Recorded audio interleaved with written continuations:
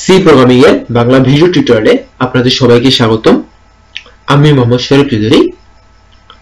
আজকের পর্বে আমি ফাংশনে বেসিক থেকে একটু অ্যাডভান্স পর্যায়ে নিয়ে আলোচনা করব। গত পর্বে আমি আলোচনা করেছিলাম যে আসলে ফাংশন জিনিসটা কি সেটা নিয়ে, এবং বলেছিলাম যে ফাংশন সম্পর্কে জানতে গেলে বেসিক পর্যায়ে চারটা জিনিস জানতে লাগবে: return type, function name, argument list এবং রিটার্ন ভ্যালু। আমি আগামী কয়েকটা পর্ব এবং আজকের পর্ব সহ এই চারটা বিষয় আলাদাভাবে বর্ণনা করার চেষ্টা করব, কিন্তু এর মধ্যে ফাংশন নেমটাতে আলোচনা করার কিছুই নেই, কারণ ফাংশন নেমটা হচ্ছে যে ফাংশনের নাম, এবং এই ফাংশনের নাম ভেরিয়েবলের নামের মতোই, যেমন ভেরিয়েবল যেভাবে ডিক্লেয়ার করতাম, যে রুলস মেনটেন করে সেই রুলসগুলো মেনটেন করে ফাংশনের নামকরণ করতে হয়। এবং বাকি যে তিনটা রয়েছে, return type, argument list, return value, এই তিনটাই আমি মূলত আলোচনা করব। আজকের পর্বে আমি আলোচনা করব রিটার্ন টাইপ নিয়ে। রিটার্ন টাইপ কি? গত পর্বের উদাহরণে আমি বলেছিলাম যে ব্লেন্ডার থেকে আমরা পাবো জুস। জুসের টাইপটা কি? তরল। এটাই হচ্ছে যে আমরা জুস থেকে যে জিনিসটা পাচ্ছি, ব্লেন্ডার থেকে যে জিনিসটা পাচ্ছি সেটার টাইপ হচ্ছে তরল। জুসের টাইপ হচ্ছে তরল, জুসটা হচ্ছে ভ্যালু পাচ্ছি আমরা, এবং এটা যে টাইপ, যে ভ্যালুটা পাচ্ছি তার যেটা টাইপ সেটাই হচ্ছে তার রিটার্ন টাইপ। এখানেও সেরকম পদ্ধতি যে আমরা যে ভ্যালুটা একটা ফাংশন থেকে পাবো তার যে টাইপটা হবে সেটা হচ্ছে তার রিটার্ন টাইপ। অর্থাৎ আমরা এই ফাংশনটা আমাকে এই টাইপের জিনিস রিটার্ন করবে। একটা ফাংশন থেকে যে জিনিসটা বলা উচিত যে একটা ফাংশন থেকে আমরা হয় কোনো কিছু রিটার্ন করব না, অথবা একটা জিনিস রিটার্ন করব। আমরা একাধিক রিটার্ন করতে পারবো না। একটা ফাংশন থেকে একাধিক রিটার্ন করার কোনো অপশন নেই। সো রিটার্ন টাইপের ভিত্তিতে তাহলে ফাংশনকে আপাতত দৃষ্টিতে আমরা দুই ভাগে ভাগ করতে পারি। একটা হচ্ছে যে একটা ফাংশনটা কোনো কিছু রিটার্ন করবে না, একটা হচ্ছে যে ফাংশনটা কোনো কিছু রিটার্ন করবে। কোনো কিছু বলতে শুধুমাত্র একটা জিনিস রিটার্ন করবে। প্রথমে আলোচনায় আসি যে রিটার্ন করবে না এরকম ফাংশন নিয়ে। ধরলাম যে আমার একটা ফাংশন শুধুমাত্র কিছু কাজ করবে, এই ফাংশন থেকে আমার কোনো কিছু রিটার্ন করা নাই। রিটার্ন করার ব্যাপারটা কি? যে আমি মেইন ফাংশনে ওই ভ্যালুটা নিয়ে কাজ করব, সেই ভ্যালুটা আমাকে এই ফাংশন থেকে পাস করে দিবে। এটা হচ্ছে যে রিটার্ন ভ্যালু। তো আমি চাচ্ছি যে আমি ফাংশনটা যদি কল করি তাহলে সে কোনো কিছু রিটার্ন করবে না, কিন্তু কিছু কাজ করবে। ভয়েড এক্ষেত্রে ইউজ করা হয়। ভয়েড দিয়ে বোঝানো হচ্ছে যে ফাংশনটা কোনো কিছু রিটার্ন করবে না। তো আমি এখানে ভয়েড একটা ফাংশন লিখতেছি, জাস্ট function1 নামে। এর মধ্যে আমি কোনো কিছু আর্গুমেন্ট দিচ্ছি না। আর্গুমেন্ট ব্যাপারটা আমি পরে আলোচনা করব। আপাতত এখানে কোনো আর্গুমেন্ট দিচ্ছি না। এখন বলেছি যে ফাংশনটা কোনো কিছু রিটার্ন করবে না, অর্থাৎ রিটার্ন করবে না, কোনো কিছু রিটার্ন করবে না। দেখুন, রিটার্ন 0 মানে কিন্তু কোনো কিছু রিটার্ন করবে না এরকম না। রিটার্ন 0 মানে কি সে 0 রিটার্ন করবে, আর এইভাবে দেওয়া মানে হচ্ছে সে কোনো কিছু রিটার্ন করবে না। এটা আমরা দিতেও পারি না দিতে পারি, সেখানে কোনো বাধ্যবাধকতা নেই। এটা দেওয়া মানে হচ্ছে রিটার্ন করবে না, রিটার্ন সেমিকোলন, অথবা এটা না দিলেও চলবে। এবং আমি কাজ করব যে এই ফাংশনে শুধুমাত্র একটা প্রিন্টের কাজ করবে। প্রিন্টে দিস ইজ ফাংশন। এই ফাংশন শুধুমাত্র একটা প্রিন্টের কাজ করলো। সব থেকে একটা প্রচলিত ধারণা, মানে অনেকে জিনিসটা বুঝতে ভুল করে যে একটা ফাংশন রিটার্ন করা আর প্রিন্ট করা একই জিনিস। আসলে এটা কখনোই একই জিনিস না। এইটাই হচ্ছে প্রথমে বুঝতে হবে যে প্রিন্ট করা আর রিটার্ন করার মধ্যে পার্থক্যটা কি। প্রিন্ট করাটা হচ্ছে যে আমার এই ফাংশনটা কাজ করতেছে, আর রিটার্ন করা হচ্ছে যে এই ফাংশনটা আমাকে কি রিটার্ন করবে।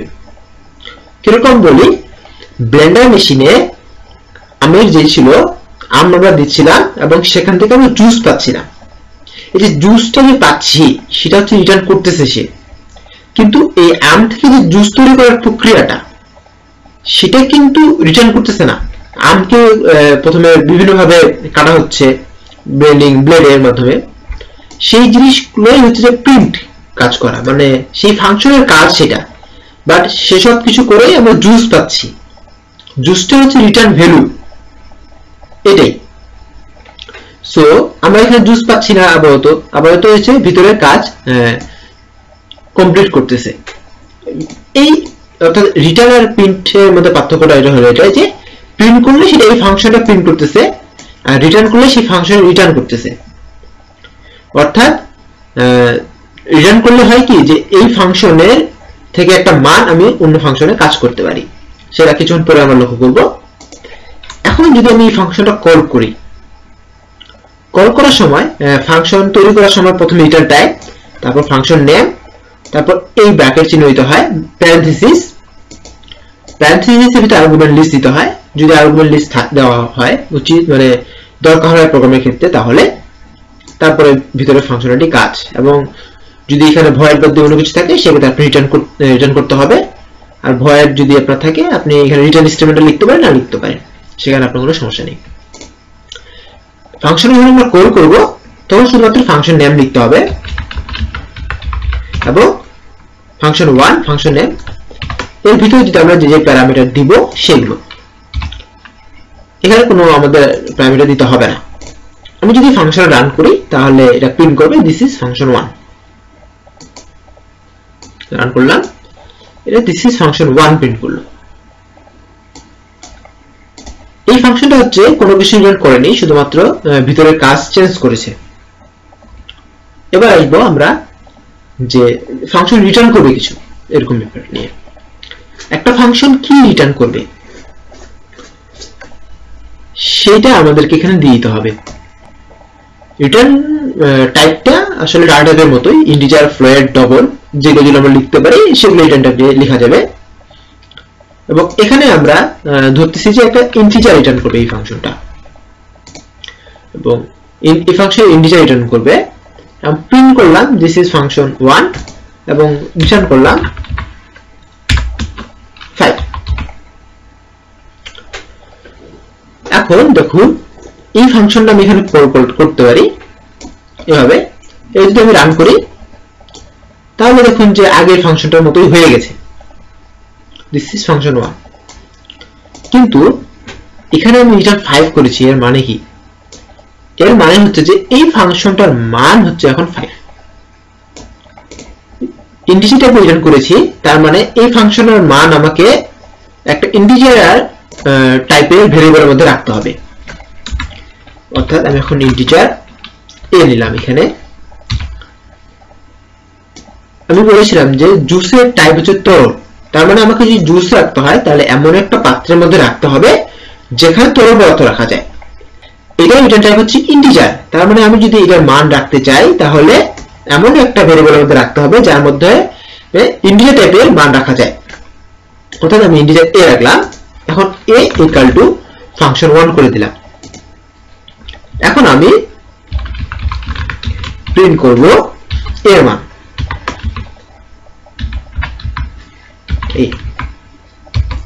এর মানটা আমি প্রিন্ট করলাম।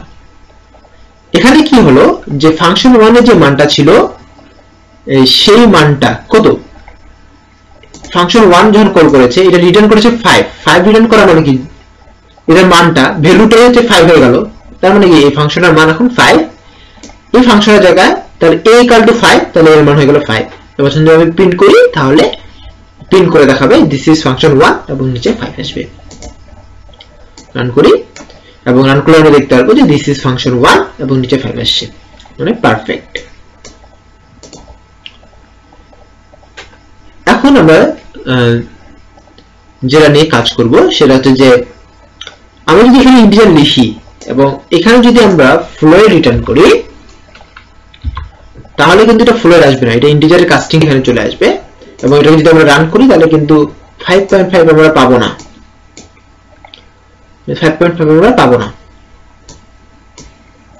সো আমরা যেটা রিটার্ন করতেছি এবং আমাদের যে রিটার্ন টাইপ এই দুটোর মধ্যে অবশ্যই সামঞ্জস্যপূর্ণ হতে হবে।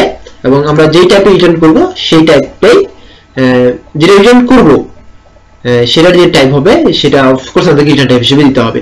আমরা এখানে ইন্টিজার দিয়ে ডবল রিটার্ন করলে আমাদের ডবল মানটা পাবো না, আমরা সেটা কাস্টিং করে ইন্টিজার মানটা পাবো। এটা আপনাদের সুবিধা বলতে পারেন, অসুবিধা বলতে পারেন, কাস্টিং করতে হচ্ছে না আলাদাভাবে, কিন্তু আসলে এটা গুড প্র্যাকটিস নয়। সো রিটার্ন টাইপ নিয়ে হয়তো আর কোনো সমস্যা থাকার কথা নয়। যদি সমস্যা থাকে আপনি এই টিউটোরিয়ালটা একবার দুইবার দেখবেন এবং বিভিন্ন এখানে ইন্টিজার বাদ দিয়ে ডবল, ক্যারেক্টার এগুলো নিয়ে আপনি ট্রাই করে দেখবেন, প্র্যাকটিস করে দেখবেন যে আসলে কিভাবে চেঞ্জ হচ্ছে সেই ব্যাপারগুলো। ধন্যবাদ সবাইকে আমার সাথে থাকার জন্য। দেখা হবে পরের টিউটোরিয়ালে।